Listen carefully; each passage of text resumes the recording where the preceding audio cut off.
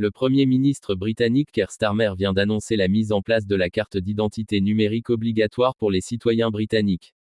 Le Labour rompt ainsi avec une tradition historique, justifiée par la lutte contre l'immigration, mais critiquée comme une atteinte aux libertés et un tournant sécuritaire inédit.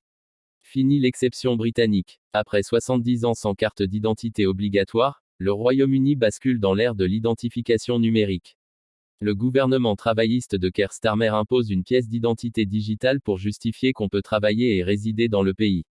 Un projet déjà tenté dans les années 2000 par Tony Blair, abandonné alors au nom des libertés civiles, précise notre correspondante à Londres, Sidonie Gaucher.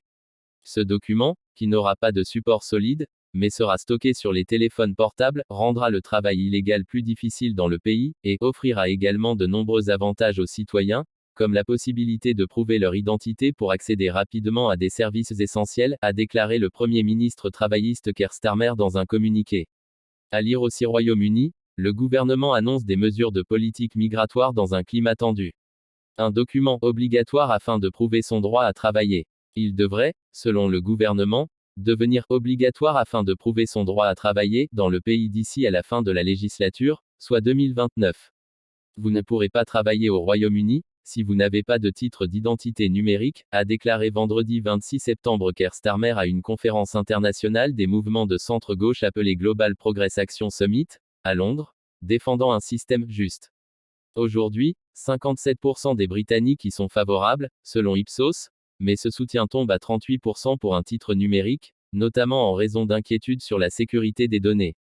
Et les conservateurs dénoncent une atteinte à la tradition libérale britannique et aux libertés individuelles.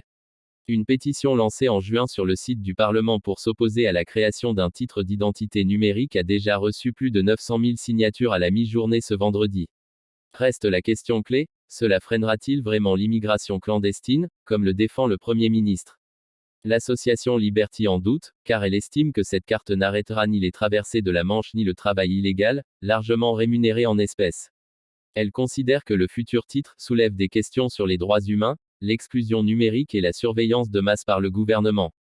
Pour ses détracteurs, le vrai risque n'est pas pour les passeurs, mais pour les libertés des citoyens qui se retrouveront fichés dans tous les services publics du Royaume-Uni.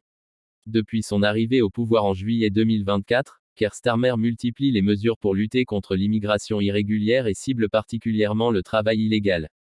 Il a augmenté de 50% les arrestations dans des affaires de travail illégal et introduit des mesures pour que les plateformes de livraison de repas renforcent les contrôles d'identité de leurs livreurs.